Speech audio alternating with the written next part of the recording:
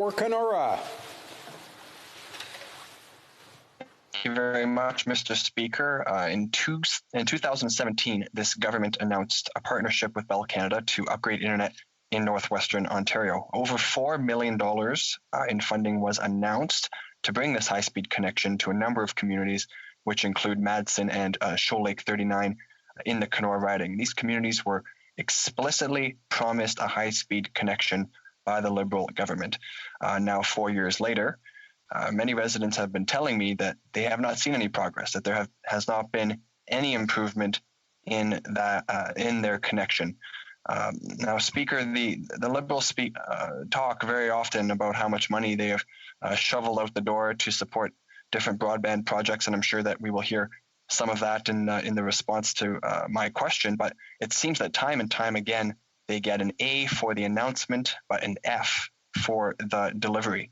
Mr. Speaker, we know that rural, remote, northern communities are used to being left behind by this government, and especially when it comes to the issue of reliable internet access. It seems that they're very happy to get credit for the announcement of the funding, but not so keen on its implementation. And that's why I raised this issue back in January in question period.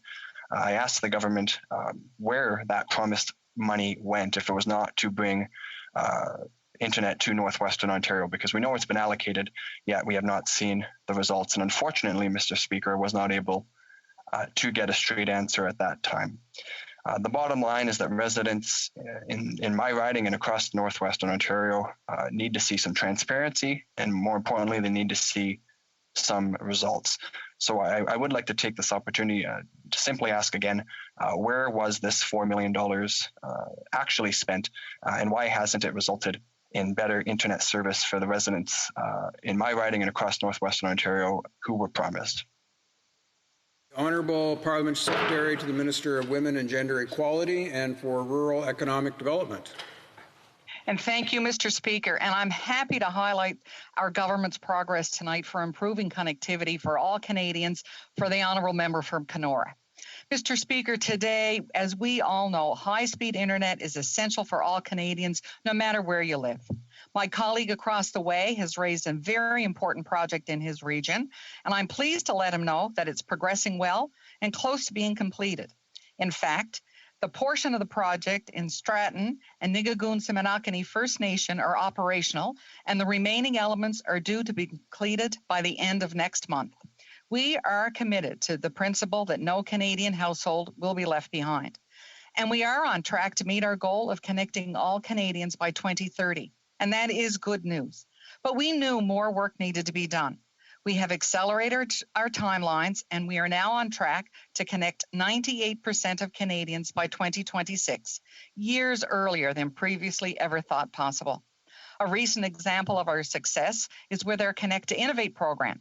By the end of this program in 2023, nearly 400,000 households will have benefited from these investments.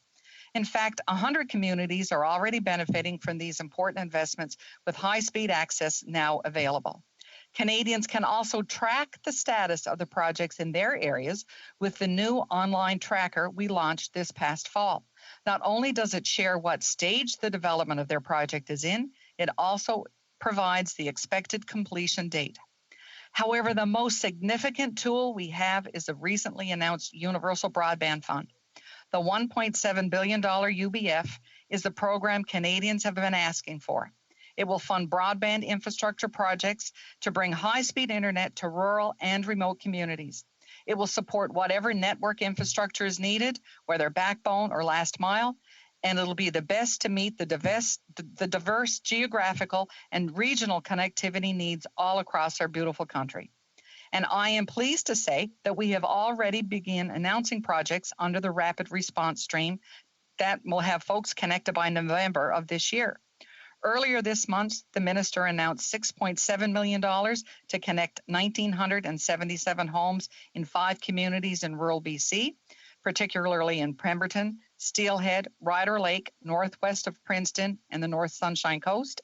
In Starland County and Stettler County in Alberta, 7,179 underserved households will be connected. And northeast of Sudbury, 74 underserved households, including 68 Indigenous households, will be connected. Furthermore, 190 households in the Perth-Wellington region, 120 households in the Niagara region will be connected too. These are all exactly the types of projects this stream was intended to fund. Small, local projects that will make an immediate impact.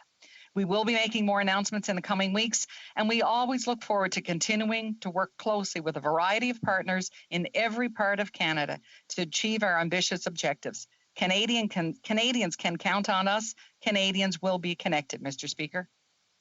The honourable member for Kenora.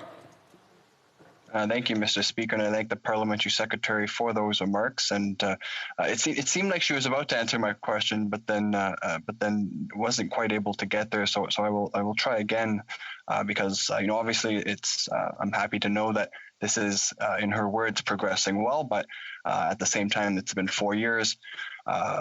This promise was made quite some time ago, and many residents in my communities, again in Madsen and Shoal Lake 39.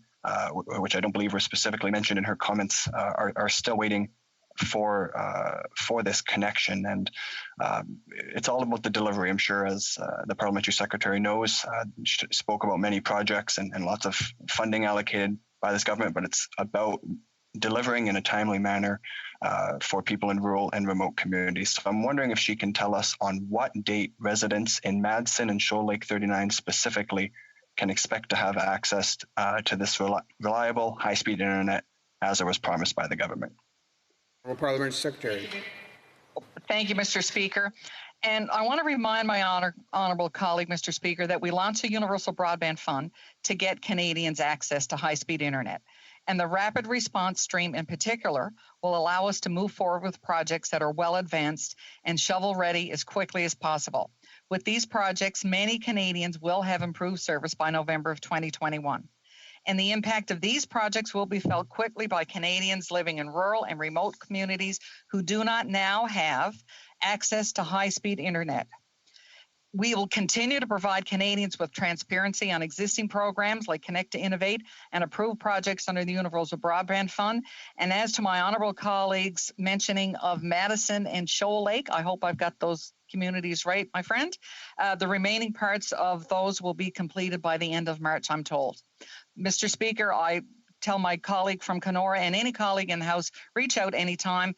Our goal is to get all Canadians connected. Thank you, Mr. Speaker.